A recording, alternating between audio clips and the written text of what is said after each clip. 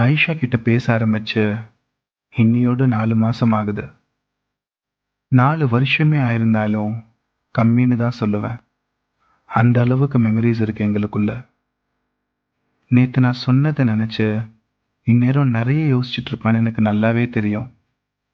எனக்கே இந்த உணர்வை எப்படி புரிய வைக்கிறதுன்னு தெரியல. பாவம், அவ என்ன பண்ணுவா? என் மனசுல இருந்தது நான் இன்டைரக்டா சொல்லிட்டேன். ஆனா அவளை பத்தி அந்த இடத்துல யோசிக்க மறந்துட்டேன். அவ பாஸ்ட்ல எவ்வளோ கஷ்டப்பட்டிருக்கான்னு என்கிட்ட அவ அழுது சொன்னது இன்னமும் எனக்கு ஞாபகம் இருக்கு.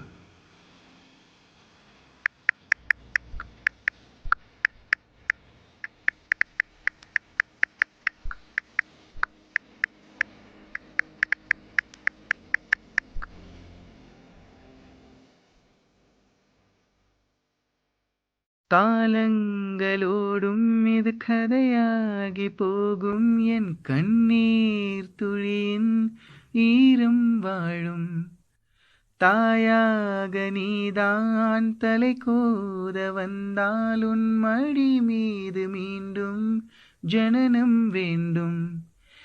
என் வாழ்க்கை நீ இங்கு தந்தது, அடி உன் நாட்கள் தான் இங்கு வாழ்வது. காதல் இல்லை, இது காமம் இல்லை, இந்த உறவுக்கு உலகத்தில்